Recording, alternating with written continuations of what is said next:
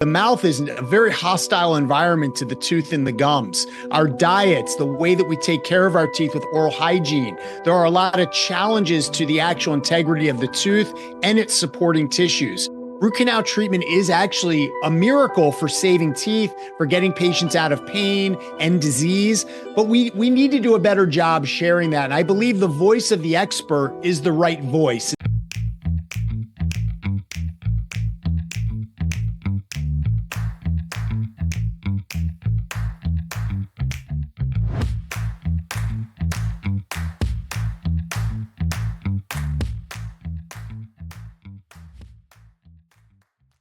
Greetings, everyone. This is Martin Pytela for Life Enthusiast Podcast. You will find me at life-enthusiast.com. And with me today, Dr. Brett Gilbert, an endodontist. And welcome, Brett. Thank you so much. Great to be here with you, Martin. Right.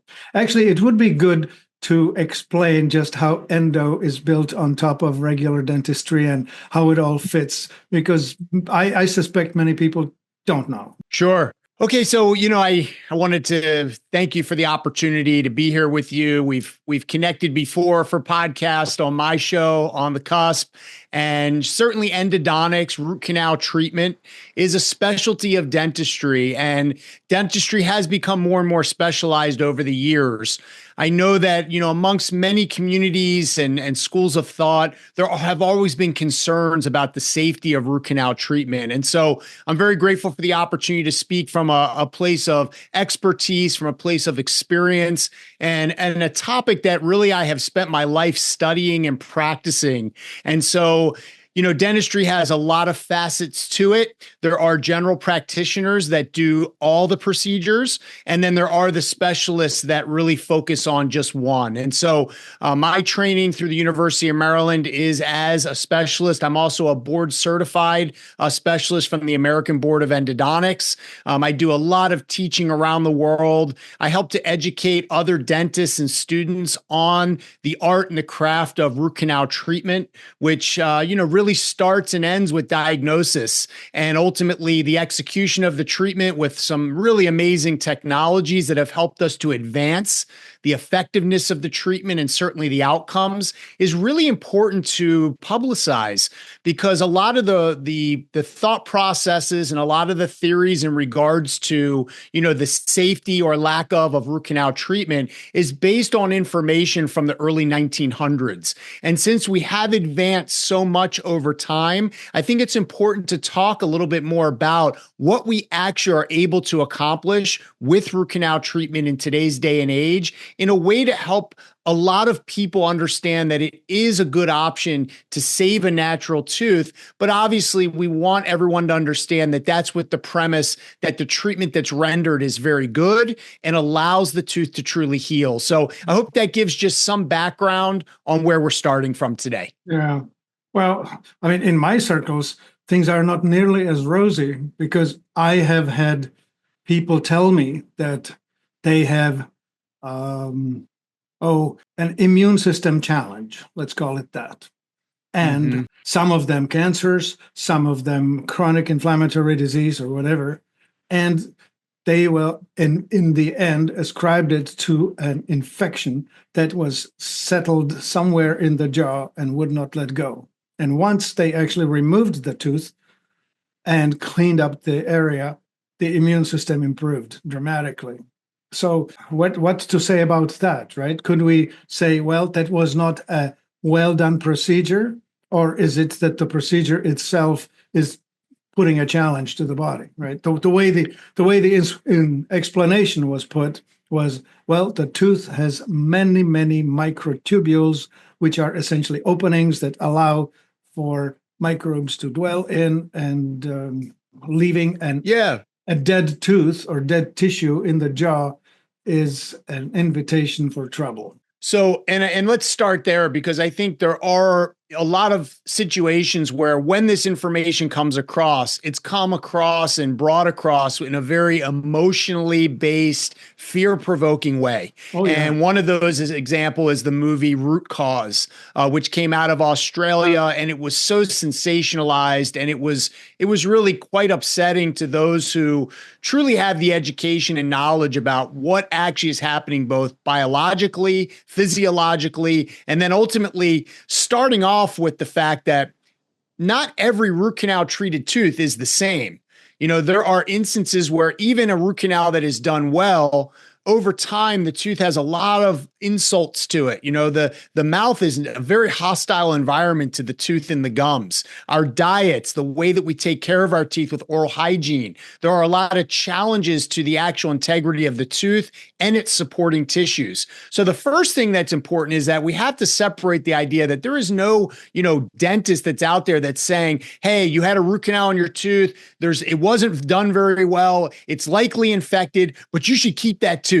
Or you shouldn't do anything about it. And I think that that's the part where the misconception is, because any dentist, myself included, I can save teeth doing root canals, but there are some that are simply not savable, not salvageable.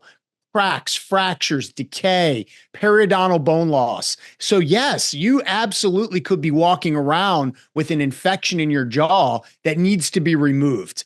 So that's one facet or bucket, Martin, that I think is something that we can absolutely agree on. Where we start to disagree a little bit is where you have a tooth that has presently an infection, and through the course of root canal treatment or endodontic therapy, which the best way I can describe it for anyone who's wondering is, if you think of the root of the tooth like a Twinkie cake, right? So you have the cake on the outside and the cream filling in the middle. The root canal procedure allows us to go down inside the tooth and essentially remove the cream filling. And it used to just be on a very basic level, essentially trying to flow some solution down there to fight off bacteria, to kill microbes, to dissolve biofilm, to dissolve live vital tissue of an irritated nerve.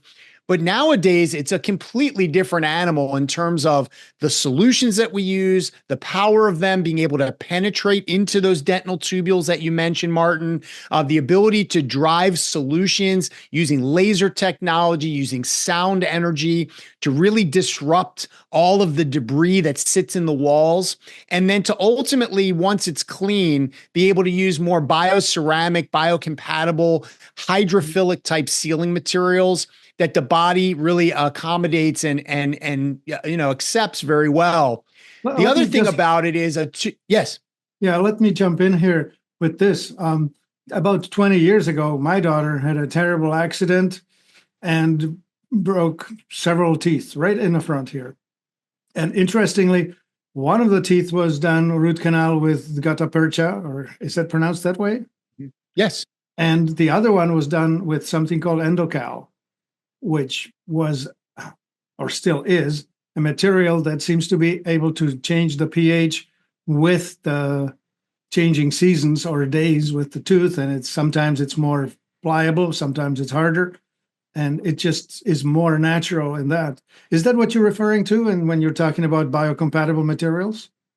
No, it's so the way that we seal it is the gutta percha that you're speaking of is sort of an inert vehicle that allows us to deliver this sealing agent against the walls. So the sealer is what I'm speaking of. And we use a bioceramic type material nowadays. It's a calcium silicate based material that, it hardens very quickly.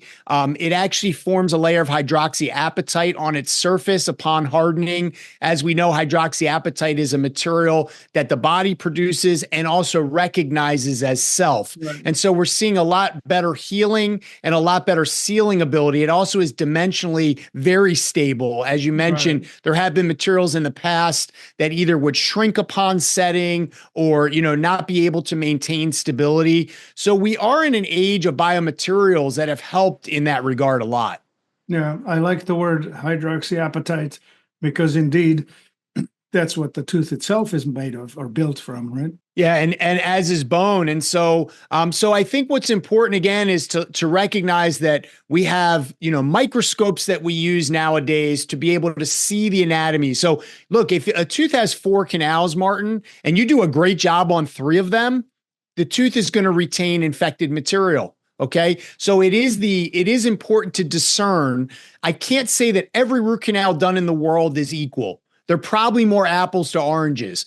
But as a dental specialist, as a root canal specialist, utilizing 3D imaging, utilizing microscopes, utilizing much more advanced and stable irrigation solutions that have surfactants in them that allow the solutions to spread into the anatomy better.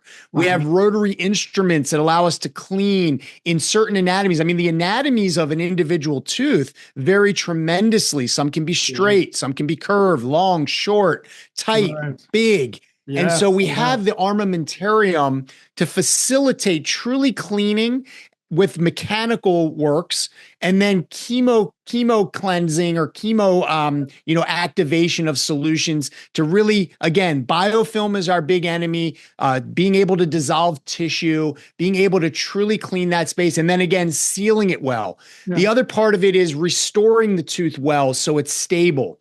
But what we're seeing, and what you're speaking of, and a lot of your audience is familiar with, is called the focal infection theory, meaning that there is a nidus of infection in the tooth that starts to impact the jaw, and then through the electrical or energy systems, the meridians of the body, they're claiming, and I say claiming because there is no evidence to really support this. Oh, Brett, I will take you to the anecdotal evidence, people.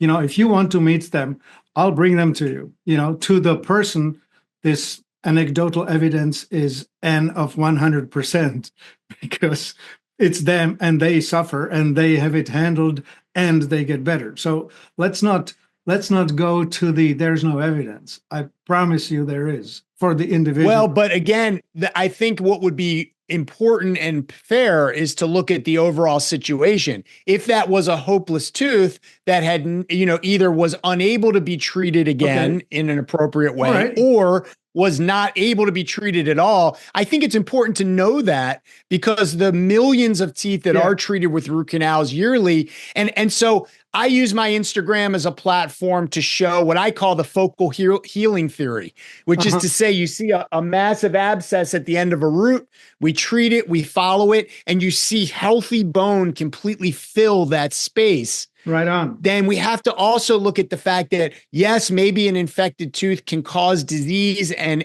there's a de-evolution of the body. But what about when we resolve the disease and now there's an evolution back to health? And I think it's important to note both. Yeah. So let me ask you this. So people who have an existing root canal, which they could theoretically question, is the modern technology able to overhaul it, give it a better chance? Absolutely. We call that endodontic retreatment, and it's a big part of my clinical practice. So again, with 3D imaging, we're able to essentially just visually dissect that tooth. Is there anatomy that wasn't treated? Is there an area under the restoration, like a crown or filling, that's leaking and decay is allowing bacteria to get in there? Is there a periodontal condition? So yes, there are many cases in my practice, which probably I would say, Martin, 35 to 40% of the cases I treat are teeth that have already had root canals that we are redoing. And there is also something that we do that's surgical called apical microsurgery. So we recognize, and just for those listening, and again, I recognize everyone has different beliefs, and our belief system is based on the evidence that we've been exposed to that resonates with us. But anatomically, something that we can all agree to is that the last 3 millimeters of a root of a tooth has an incredible variation and incredible, almost like a myriad of anatomies. So we like to think of the canal that runs through the root as a straight line. But as you get to the last 3 millimeters of that root, it's almost like arborization, like a tree. There's all these little micro channels, little portals of exit. And on occasion, when we simply can't get that clean with root canal treatment, we can actually go in surgically and take the last 3 millimeters of the tooth off. So after 3 millimeters, that incredible sort of blossoming of anatomy stops. And now you typically have one main channel. So aside from regular root canal, aside from redoing a root canal, we also have an option surgically to clean up that problematic part of the tooth. But again, so that the patient can retain their natural tooth in health, in comfort. And that's what we do. And so I just want to be clear that I don't advocate that every tooth is savable, but I also don't advocate that every tooth that either has had or needs a root canal should be extracted. As we should. Yeah, we should definitely go down to the granularity of the person. As I was saying, the N of one, the person who is either have a problem or not. How did we get to the problem? And I hear you saying the right things. As far as I can tell, is that you need to identify is the situation solvable and savable, or are we past the point of no return? This has to come out.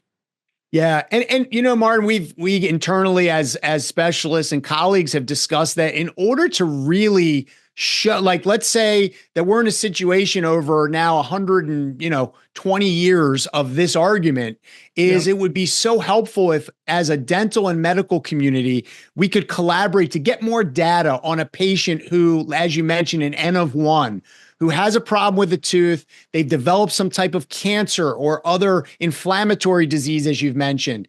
Getting more history of, like, what's that patient, what other conditions need to be considered, what's their mental state, what is their stress level, what in comparison as someone that's their age and living in the same area, what's their incidence of cancer, what's their incidence of inflammatory bowel, because there are 25 to 30 million root canals documented just in the US per year.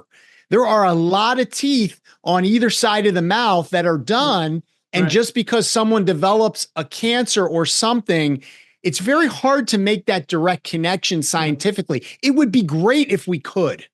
Well, I tell you, I have my own personal experience, which was not with root canal. My experience was with mercury amalgam filling, right? I went into the dentist and he said, well, according to these x-rays, and he showed me, he said, these are weak, you're going to need 12. And then he said, well, you can have the white ones or the silver ones. And I asked, is there a difference? And he said, well, the white ones will cost you extra, but no, not really. Well, there's a difference in me. I'm a very poor methylator, and I did not do well with the methyl mercury that started arriving. And I have a long litany of things that went wrong with me post mercury acquisition, call it that, right? So I know that my own self, had how do I best put it? Many people do just fine or do okay. I sure as anything did not. Interesting. Yeah. I mean, the amalgam alloy type fillings, the advantage of them over the years is that there is a bit of corrosion that occurs between the tooth and the metal, which actually seals very well the gaps that can allow further decay. Well, now the composite or the white fillings that are bonded have gotten much better over time. But yeah, I mean, listen, if mercury is a concern, then we don't have the need anymore to place mercury alloy. I'm not going to go out on a limb and say that I believe they're bad in comparison, because I don't know that we have, again, enough direct evidence, but there is definitely mercury involved in how it's cured. And therefore it's hard to deny that there could be a mercury release over some period of time. So I personally don't have any metal fillings anymore either. So yeah, that debate is clear to me. Once you see the clear gassing off of the mercury vapor, and that's been demonstrated. And well, anyway, my own personal case was very clear to me. Yeah, well, I'm glad you're doing better now. I mean, that's all that counts. And yeah, I'm fine. And it was, I mean, if it weren't for that, I would probably not be talking to you today about health, because I'd be still merrily involved in computer science and whatever else. Well, it's a blessing that you're here, because I appreciate all the fine work you're doing and spreading awareness. And I've learned a lot from your podcast and learned a lot from our interview together as well. I've been thinking about it quite a bit since we did that. So, and that'll be coming out in a couple weeks here, Martin, too. Awesome. All right. So let's dive in. I really think it's the rework, it's the repair, it's the re-endo that is of interest to people, because if you're done with, 30, 40-year-old technique, or by a person who was educated 57 years ago, right? Yeah. It's a whole different thing. compared to what we know today and the techniques we have and technologies we have and the details you're explaining. So yeah. And I think, listen, anytime you have bacteria that are harbored inside the tooth, it's also important to understand the anatomy. And, the argument that really gets under my skin a little bit is the idea that it's a dead tooth. And the reason that I say that is because the nerve tissue inside the roots, its actual function is to form the tooth. The tooth forms from the inside out, meaning if you look at a young person, let's say a 5-year-old, the front tooth the root end is going to be straight up and down like this. Yeah. It'll take time for that root to continue to grow and close. And that process is actually the responsibility of the tissue inside the root. So my point is once a tooth is fully formed, that internal tissue doesn't really any longer have a direct function. It can continue to elaborate tooth structure. Sometimes the canals get quite thin over time as that tissue continues to work, but that tissue can be removed at that point without really a functional change to the tooth. But what's discounted is the fact that on the outside surface of the tooth, there is absolutely live living tissue that is cellular based, which is called cementum. And the cementum is a sticky type of material that allows a ligament fiber to attach into the cemental part of the tooth and then into the bone. So as your tooth sits in the socket, it's got a shock absorber of these millions of little ligament fibers. So what's important to recognize is if those tissues are asymptomatic, healthy on imaging, functioning well, it's really difficult for me to accept that this is a dead tooth. And so that's you're the saying, part. So you're saying nerve or no nerve, the cementum carries on, yeah? It does. And it's fed by our blood supply. The ligament is as well. And the best way to describe the ligament, think about if you ever get a popcorn kernel caught in between your teeth and you just have that gnawing feeling of your tooth being out of position.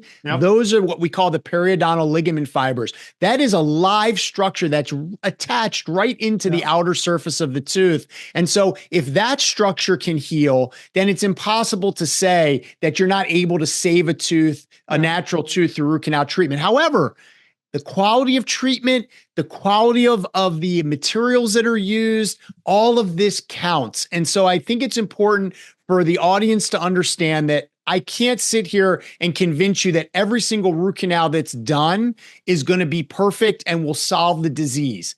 But I also need you to know that there are root canals that will. And so to make a broad statement to patients out in the world that, hey, root canals are dangerous, they cause sickness, you need to have your tooth extracted, they use they claim an ozone preparation is critical, and then they use what's called a zirconium implant versus, some of the more acceptable implants that are used, which are titanium. So I think it's important to realize that there is probably no absolution, but we have to carve out some space in each other's argument that I can accept that a tooth that's not well treated and is diseased is problematic for our body and our system. However, a tooth that is well treated and is healing is not. And that's really important for patients to know. Yeah, well, listen, I hear from the people who are at the margins, the worst of them. So, for example, I have vivid memory of a woman calling me saying that her titanium implant is getting rejected. The bone around it is coming apart somehow. I don't remember the exact words, but the visual I have of it is that the titanium rod is not holding and it's coming out. Yeah, that does happen. There are a percentage of cases where it is rejected and it doesn't what we call integrate. So we want full integration with the bone. Yep. There's a wonderful track record of implants, but nothing's 100. And therefore, there are patients that have that. But I believe that's likely true of a zirconium implant as well. And so not that I have an objection, I just don't see as much literature and I don't see as many clinicians placing them. And listen, I have space in my heart and my mind to accept a lot of these concerns. But what I don't like is some of the figures that have been behind this movement of the focal infection theory. If you watch the Root Cause movie, these are very marginal dentists and clinicians that have been in a lot of legal trouble, that are, making these very broad claims without really holding an evidence of, whether it's a meta-analysis, whether it's even just case studies.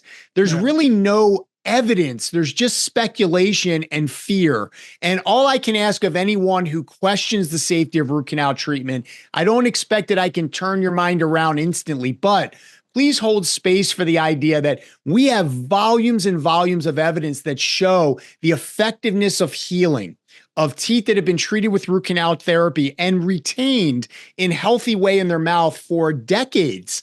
And ultimately, the beauty of advanced imaging, talking about what we call cone beam CT, so cone beam computed tomography, is we can actually track the healing, where you can literally see the healthy bone, that PDL that I was mentioning, that ligament space, all of that actually reform back to its original form and function. So you have to recognize that that means that the ability of root canal treatment to solve problems, it's there.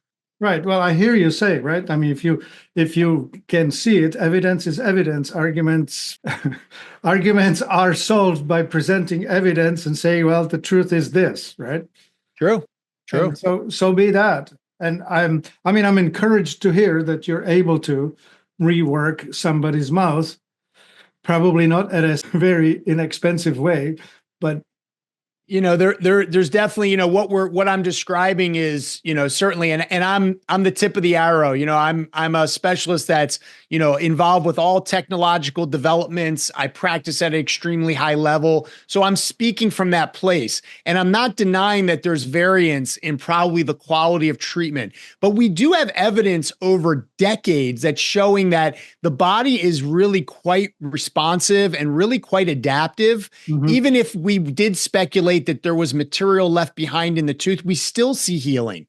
So I think it's important to recognize that this procedure is really effective, and we have the evidence to support that. Not that every tooth can be saved. And so if someone did have an experience, as you said, an N of 1, they had an infected tooth, it came out and they felt better, I'm so grateful that they had that tooth removed. But at the same time, a lot of patients are feeling an incredible amount of fear about even approaching root canal treatment, and instead they're having their natural tooth gone. And the truth is, Martin, if a tooth is gone and not replaced and not accounted for, it starts to impact the other teeth and then the bite and their ability to eat. And comes apart. It's got repercussions. So tell me this, right? Like, I'm in the middle of the country somewhere.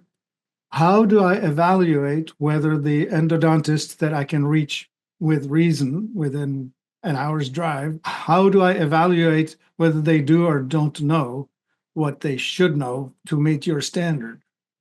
Yeah, so I would say that an endodontic specialist would meet that standard. The training programs are very, very beautifully done. Endodontists tend to be very passionate. This is a very specific area of dentistry, working down inside the teeth. And those that select to go into it typically have a passion for it, as I do. A general dentist, though, a general practitioner, that's where maybe you do want to inquire a little bit more. How many cases do you typically treat? How comfortable are you treating it? Is my case a little more challenging? Might it be better for me to visit a specialist? So I think it's important to know that the availability of a specialist is really just asking questions of your dentist. And some dentists might say, you know what, I treat cases every week. I do CE and continue to study, or maybe the doctor doesn't feel really comfortable. I think we're seeing more and more that a lot of general dentists either don't do root canal treatment at all because the specialty has become so advanced, or are really dedicated to treating teeth that are within their comfort zone of treatment. We call that case selection. And therefore, the referral pattern is much more common now than it was 30 years ago, where the field was a little more even, Martin, with the specialist and the general dentist. And now that playing field is much more uneven. Right. Well, makes sense.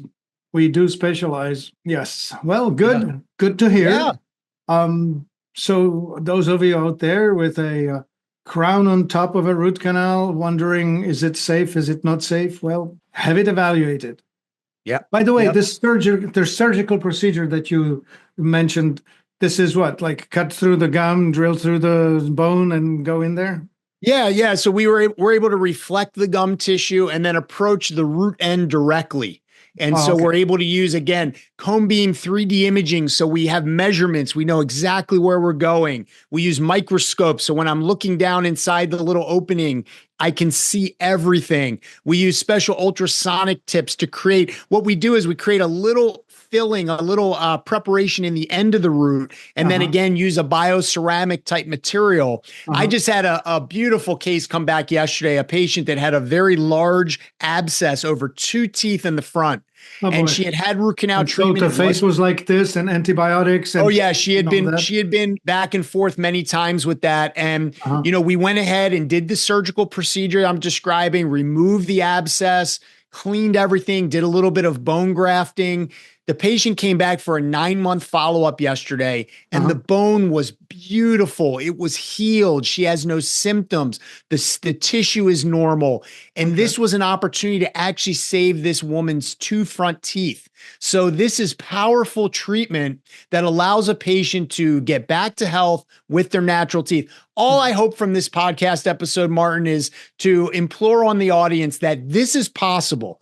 Is it always possible? No. But it is possible. And because people are walking around with usually 30 plus teeth in their mouth for the course of their life, it's important to know that it really, in today's day and age, it is absolutely possible to reverse disease and save a natural tooth to allow the patient the function, the health, the chewing, the speech, all the beautiful things that our teeth provide for us. Yeah.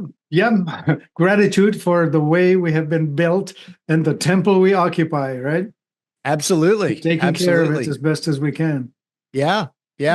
So I hear you on that. I no disagreement. It's just the understanding and true data, not just hearsay, just proper data collected. Yeah. And like I said, for us, we have the cases, we see the healing, and it's important to share that. And I think, Instagram and social media have become a very powerful place for colleagues to share. And I think what we've done is we've done a great job helping to educate each other, helping to share techniques and cases.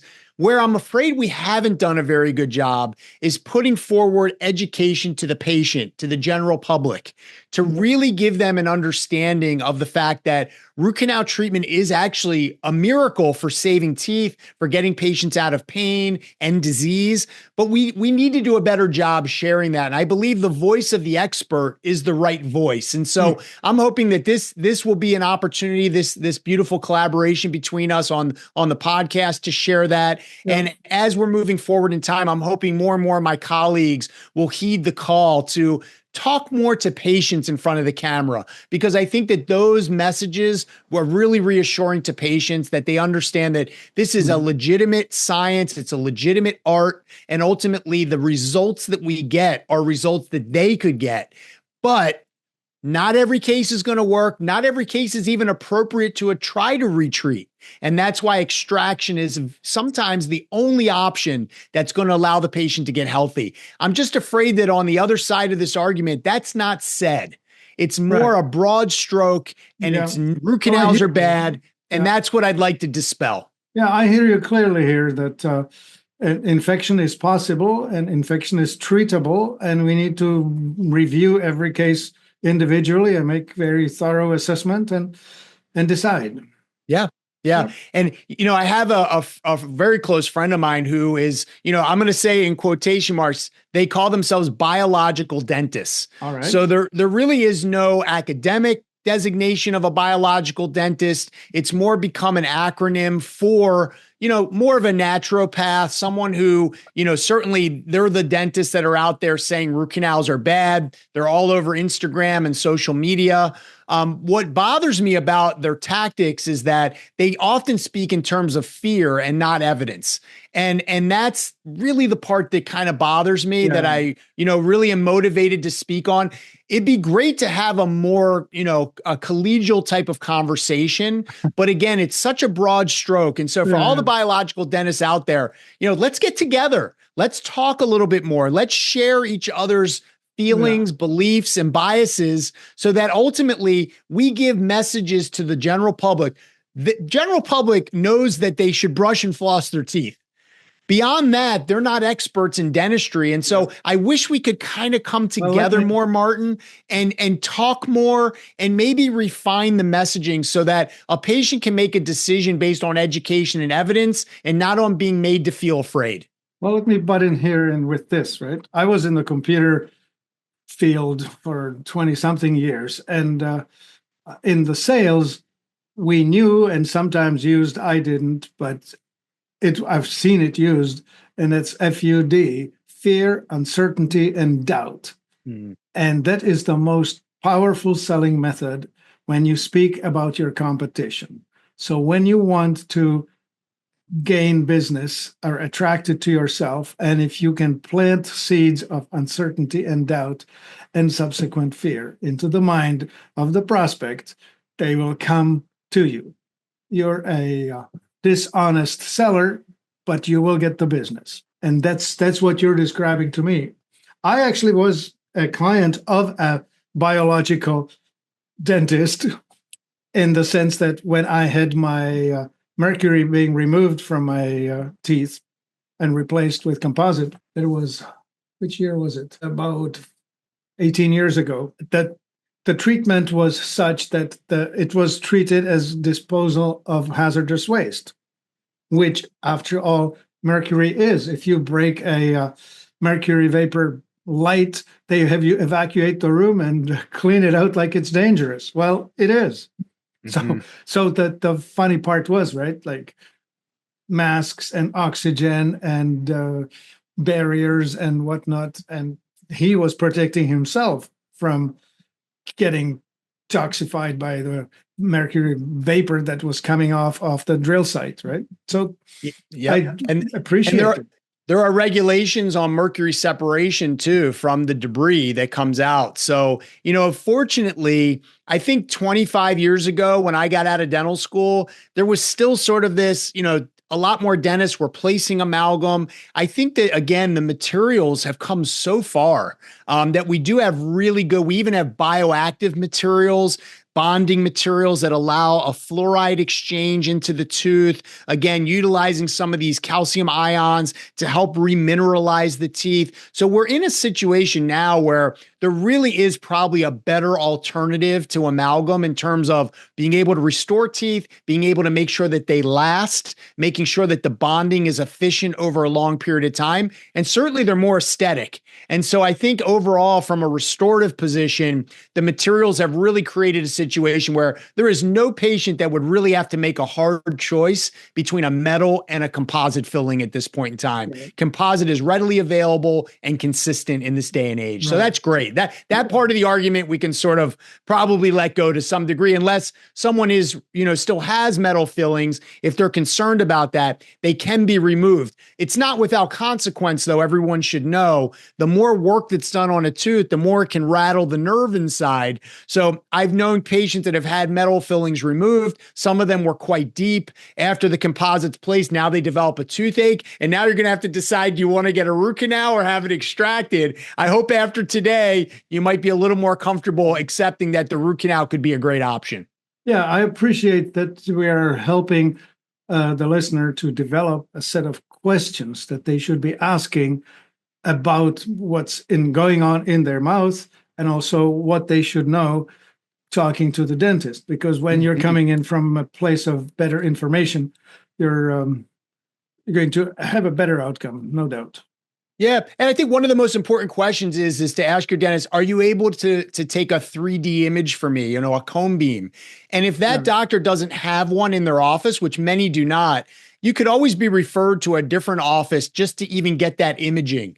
The imaging can also be sent to an oral radiologist if that dentist maybe isn't as comfortable reading it. So if you have a great relationship with your dentist, maybe they're not as up to date with some of this higher tech equipment, you can still allow them to facilitate getting the imaging, getting a report from a radiologist, and truly understanding the status of your tooth that has had a root canal or might need one. So that's a really great point, Martin, is like what questions to ask and what might be the best evidence to support what you need. Well, 3D imaging is the best of the best because you can truly see. In just a dental x-ray, unfortunately, you're only getting a two-dimensional view of a three-dimensional object. And with the cone beam, we have such incredible resolution that I can actually see every single minute detail in that tooth. And so I think that could be a great bridge for us to allow a patient that's a bit skeptical to be able to either understand where they are now or maybe track the progress one way or another of a tooth that they have a question mark about. Right on. Yeah, good. I think let's end on a positive note.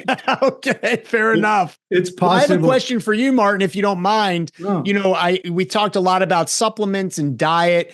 For you, in terms of like the oral cavity and the teeth, from a dietary standpoint or a supplemental standpoint, what do you typically recommend for retaining and maintaining? Yeah, that's an awesome health? question. So in crisis, like you have an abscess or you have pain and whatever, we actually have a wonderful tincture made with magnesium chloride into which we have a soaked golden seal.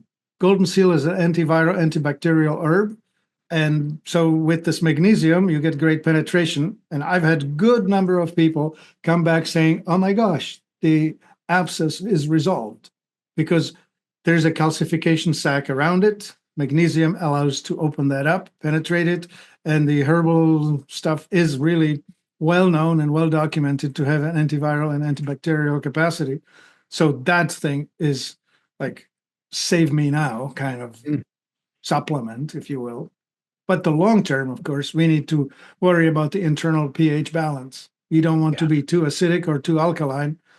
And that is answered by metabolic typing.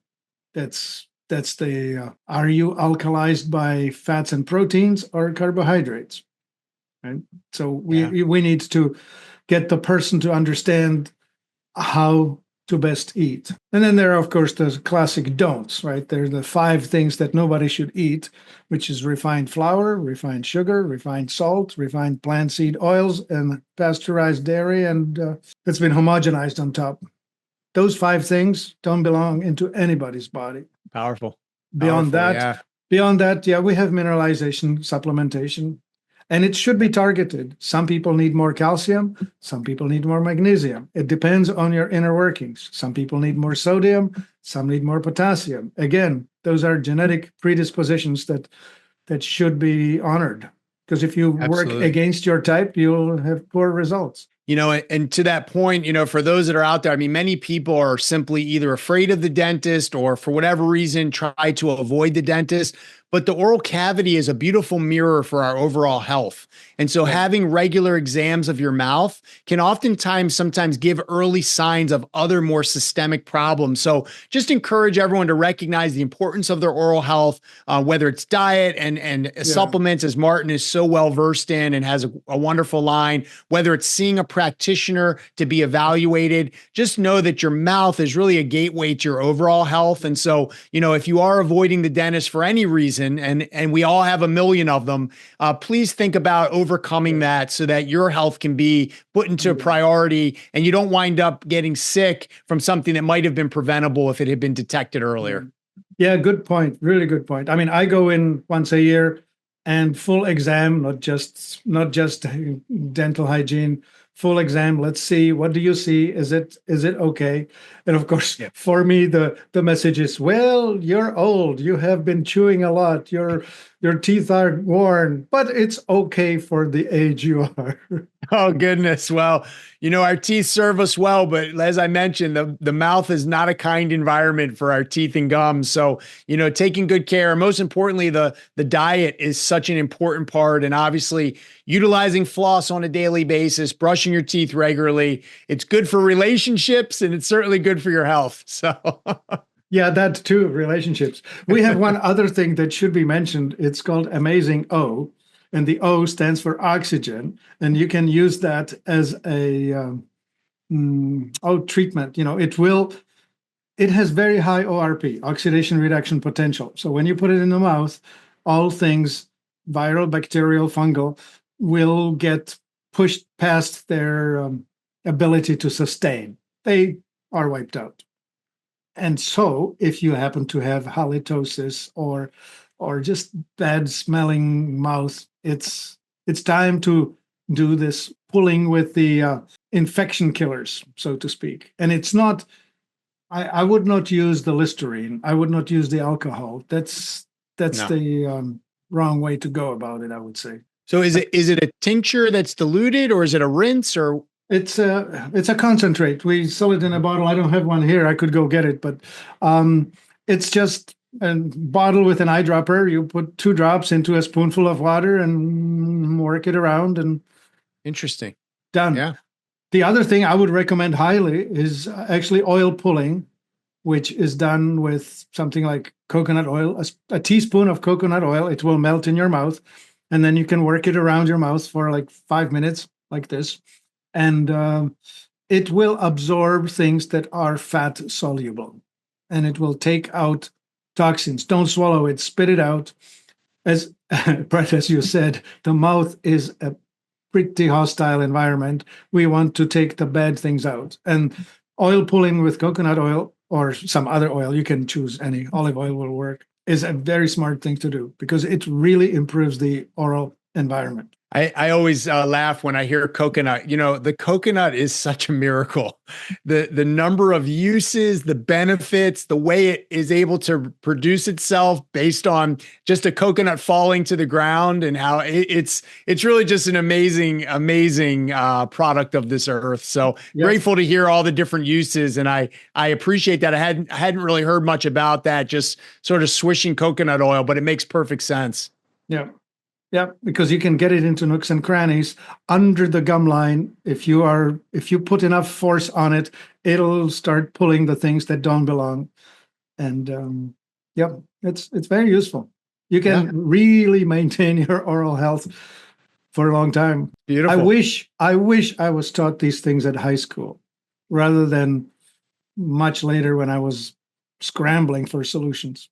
Yeah. And I wish, because everyone is on their phones, and I wish there was more genuine health related, maintenance content for people to really consume, because there's so much to learn about, like you said, how to take care of ourselves. The knowledge is out there. And I just hope that over time we can use the social media and a lot of this consumption of content for more of the micro learning, whether it's about your mental health, your emotional health, your physical health. So I appreciate what you're doing. And I hope that along the way we can continue to collaborate and make more content that just puts that little seed of idea in someone's mind that they can actually take control of their health, but they have to first take control of the knowledge. And that's the hard part. Yep. All right, Brett, where will people find you?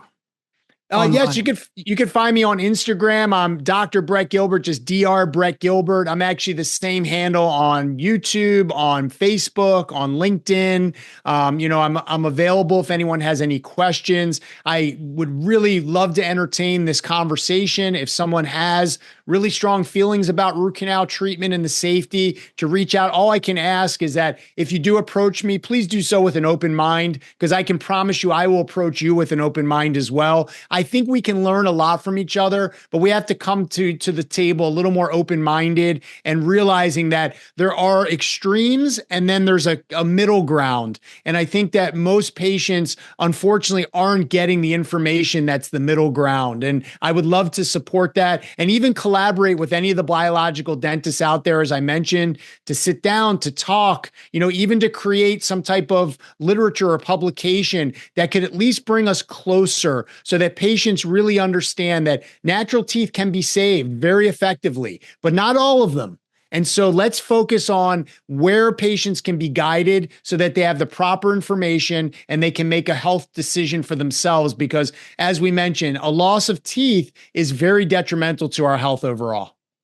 Indeed.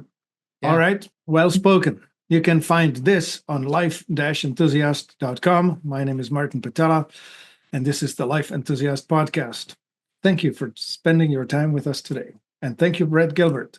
Dr. Brett Gilbert, DD. Thank you, Martin. Appreciate it. And some other letters still. All right. Thank you. Thanks for the opportunity. I appreciate it.